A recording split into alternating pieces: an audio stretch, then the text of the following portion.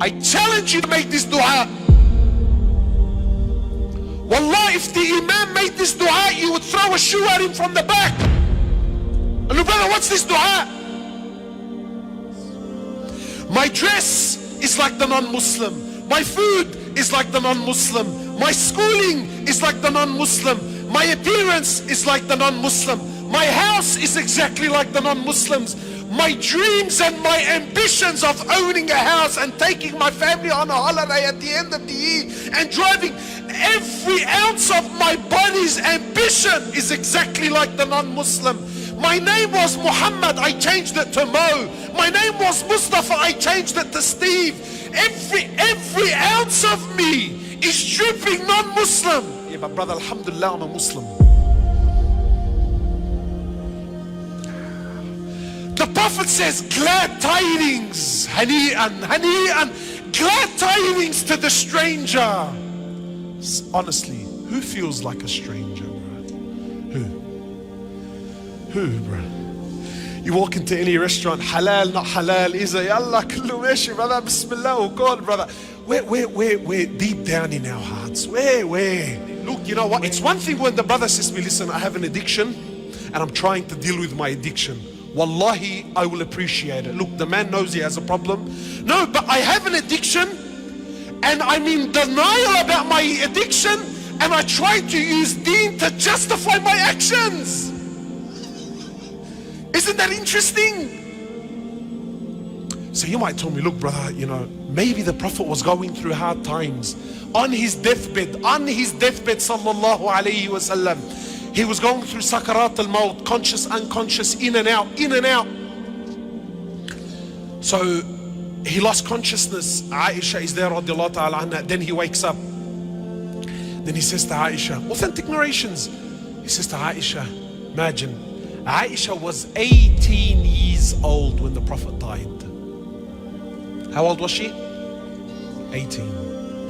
And Allah called her and the others in the Quran, Allah called them Ummahat al-Mu'mineen, the mothers of the believers, meaning they have become haram on every man. Yani once the Prophet dies, sallallahu alaihi wasallam, no one can remarry her. 18 in a world and in a society where the man was everything.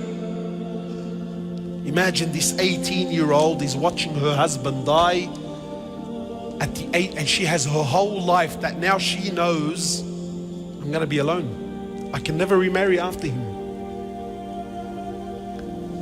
So he wakes up from his, he was unconscious, and says to Aisha, how much money do we have?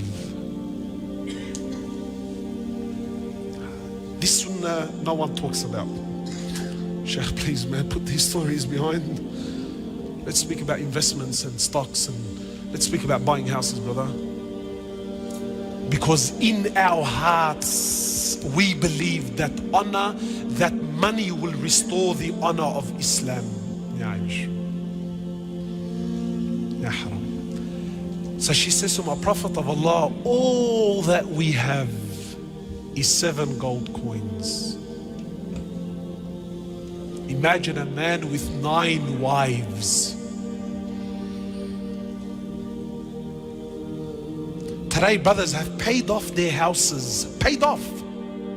And he's working to pay off the 2nd and the 3rd because brother, I need to leave something for my children, brother. Exhausting his life. Not halal haram. I don't care about halal and haram. But tell me, when the Prophet was dying and there were 7 gold coins between 9 wives, is he a man? Sister, you know the one, I wish I was married to him. What Chanel handbag was he gonna buy you with 7 gold coins? Tell me, man. What hair and makeup studio were you gonna go to on a fortnightly basis? Tell me. What restaurant were you gonna be fine dining in? Tell me. So he says to Aisha, take the 7 gold coins and give them in charity now.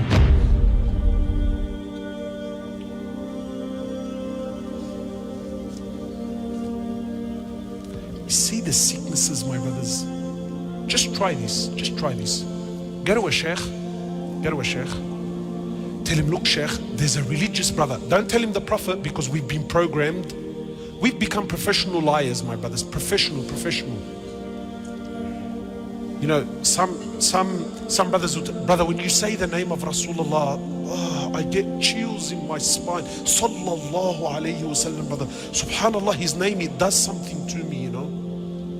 And yet you look at him from top to bottom, there's not an ounce of Rasulullah on him.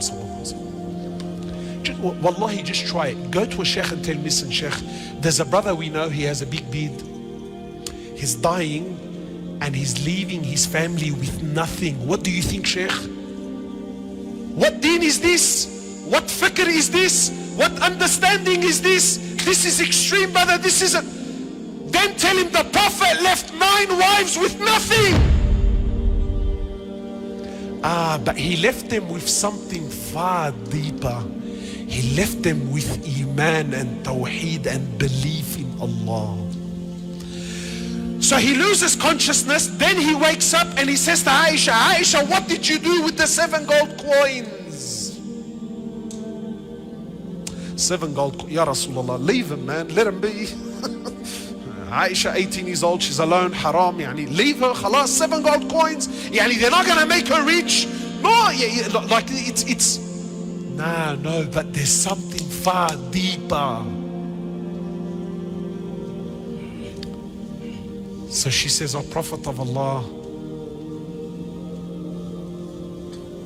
look at our mother, man. She said, I held on to them, I didn't give them away in charity.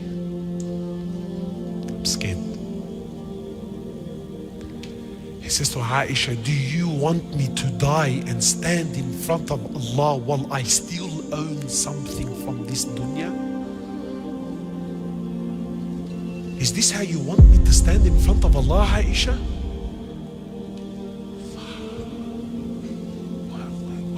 What's going on? My brothers, who's the Rijal? Who's the man? So you might think, look, brother, that's Rasulullah sallallahu alaihi wasallam, you know, like Allah was. No! In Bukhari, the dua of Rasulullah, Allahumma ja'al rizqa ali Muhammadin qut. Ya Allah, make the rizq of the family. The hadith is in Bukhari. Ya Allah, make the rizq of the family, not just Muhammad. Muhammad and his family, sallallahu. Make the rizq and the provisions of Muhammad and his family the bare minimum. I challenge you to make this dua. Wallah, if the Imam made this dua, you would throw a shoe at him from the back. And look, brother, what's this dua? Because in our hearts, in the sicknesses of our society, a man is determined by his money.